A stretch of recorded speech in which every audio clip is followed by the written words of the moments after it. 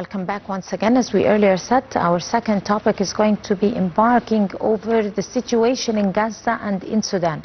Of course, as we earlier said, that His Excellency Foreign Minister earlier discussed the latest developments in the Gaza Strip and efforts also to support the implementation of the second phase of the peace plan with Nikolai Mladenov, the High Representative for Gaza.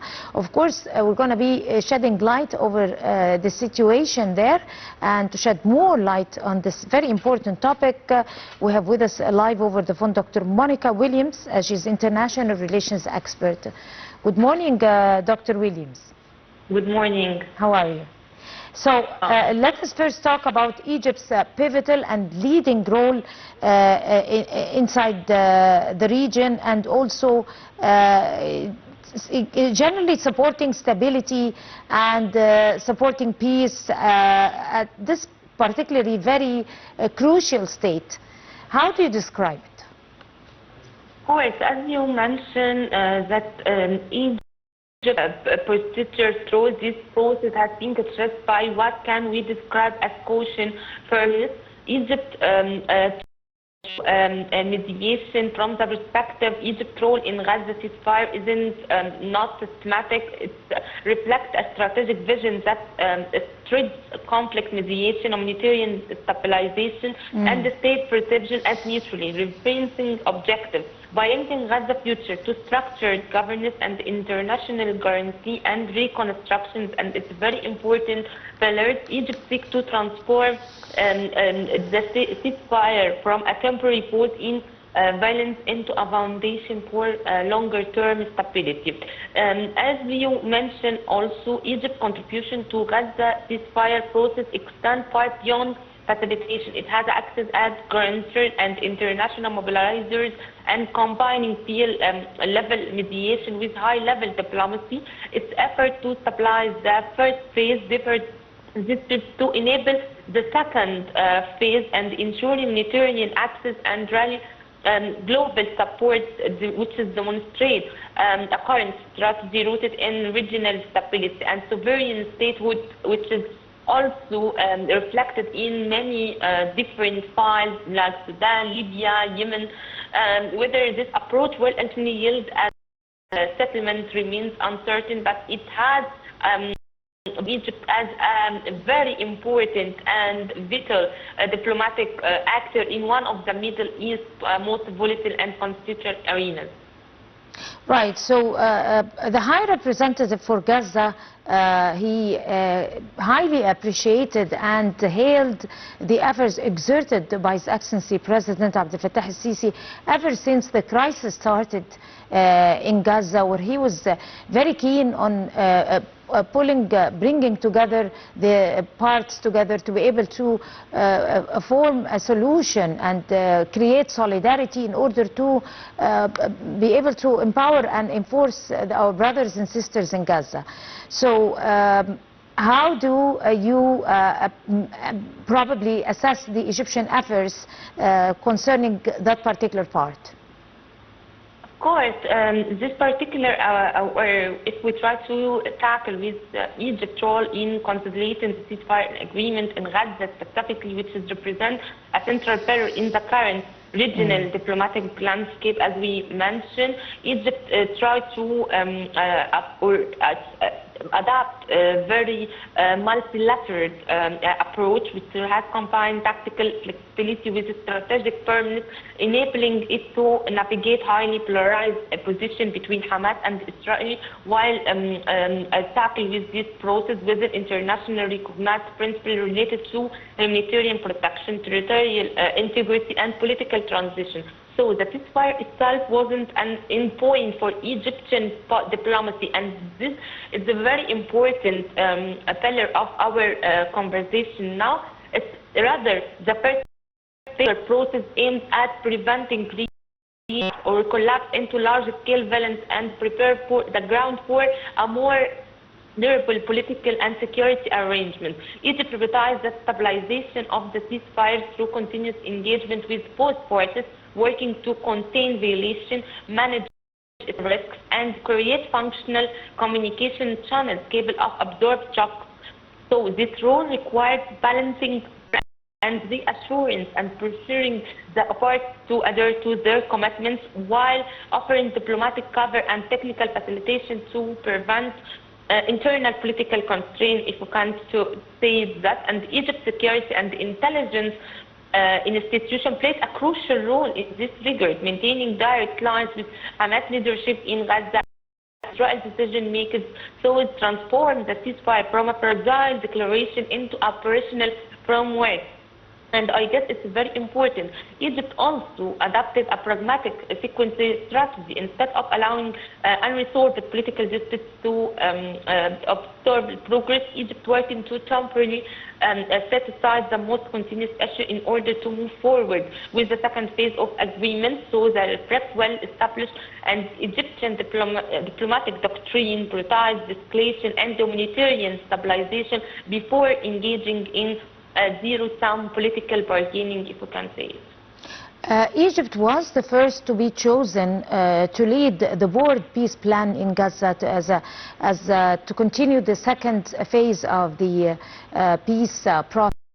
And that was a step taken by the United States, who have also initiated this idea in appreciation to Egypt's political and diplomatic role that was taken since the early beginning, and its complete ability to control the situation in this current sensitive stage.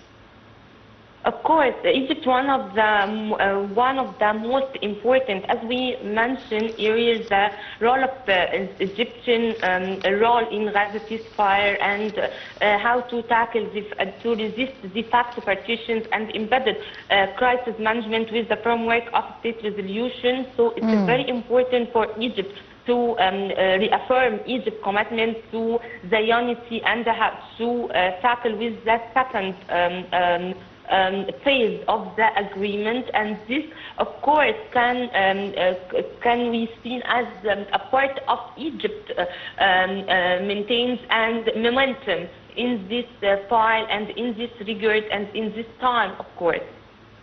Right. Let's take a deeper look over the board of peace, the Gaza's board of peace, the countries that are participating and taking place, and the names that were announced, and if they are joining in. People have announced or given statements that they are already in for this board, and how exactly is it going?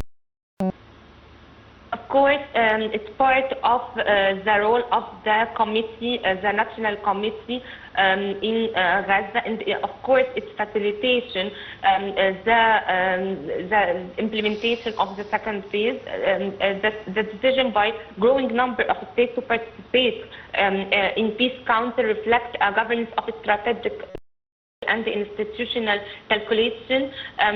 For many actors, the repeated failure of ad hoc ceasefire in Gaza or other regional conflicts has demonstrated the limit of informal mediation and short-term crisis. So the multilateral framework through which states can collectively influence post-conflict arrangements, reduce the risk of Israeli escalation, and share the political and financial cost of stabilization. So by joining, states gain a seat in shaping security arrangements and the transitional governance models and reconstruction priorities, instead of just react to fate imposed by local or military dynamics. And another key driver behind international participation is risk containment. The Gaza conflict has generated a spillover effect far beyond Palestinian, including regional instability, as we can see in Syria and Lebanon and the different regions in Middle East. So it's very important to contain or maintain security in region, to also the refugees pressures and political pressure within Europe and the global south. For this reason, several countries, I guess, view the Peace Council as an instrument of preventive diplomacy. Stabilizing Gaza is no longer perceived as a local or bilateral issue, but as a component of broader international security. Membership allows these states to embedded crisis management into predictable institutional mechanisms, reduce. Right, Dr. Monica, how will completing this second phase with the board plan and everything lead to the recovery, which is the important phase, the recovery and reconstructing Gaza? Of course, the role of or the institutionalization of the committees is very important. The implementation of the second Gaza in light of the Peace Council and the Palestinian National Committee also, it's a very important with regulatory construction in Gaza, which depends on carefully subsequent political and security and institutional process rather than technical rebuilding alone. Reconstruction in this context is very important and a core component of conflict stabilization and post-war governance. So it's very important. The first one, implementation requires consolidation of security arrangements, a sustained ceasefire reinforced by international community, Peace Council, or the National Committee is very important, and potential deployment of stabilization force is essential to ensure that reconstruction and a humanitarian organization and material supply chains can operate safely without credible security guarantee. Donors, states and the international financial institutions are likely to commit long-term funding and provide will remain exposed to high political or technical risks. So an operational governance framework can be the Palestinian National Committee, which started with administrating Gaza as a temporary authority. This body also works to verify public services and coordinate with UN agencies, manage border crossing in cooperation with Egypt, and ensure transparency in aid distribution and reconstruction contracts. So its role is crucial to the of resources or maintaining civilian trust. Right. On that note, of course, Dr. Monica William, the international relations expert, I'd like to thank you so much on the Breakfast Show.